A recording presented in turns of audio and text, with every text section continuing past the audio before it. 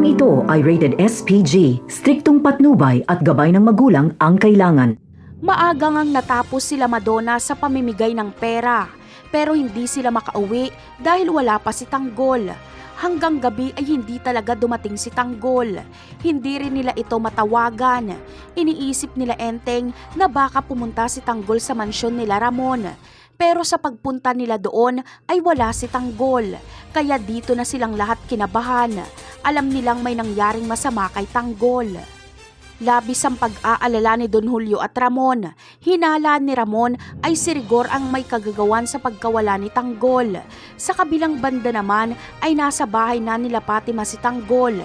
Kinuha nila ang cellphone ni Tanggol. Ang gusto sana ni Tanggol ay ang mga kaibigan niya na lang ang tawagan nila Fatima. Pero hindi pumayag si Paeng dahil ang pamilya umano ni Tanggol ang gusto niyang makausap. Kaya si Ramon ang tatawagan ni Paeng.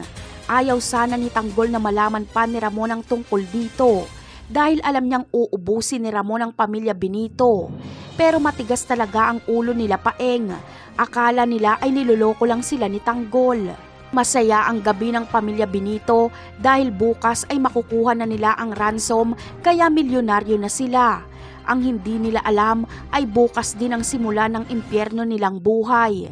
Kahit kasi sabihin pa ni Tanggol na pabayaan na lang ang pamilya Benito ay hindi papayag si Ramon. Bagamat hindi niya papatayin sila Paeng ay tuturuan niya naman ito ng leksyon. Kaya kapag mahuli ni Ramon si Paeng ay siguradong magmamakaawa ito sa kanya na wag siyang tapusin. Napakarami pa nating dapat abangan sa mga susunod na episode. Paalam!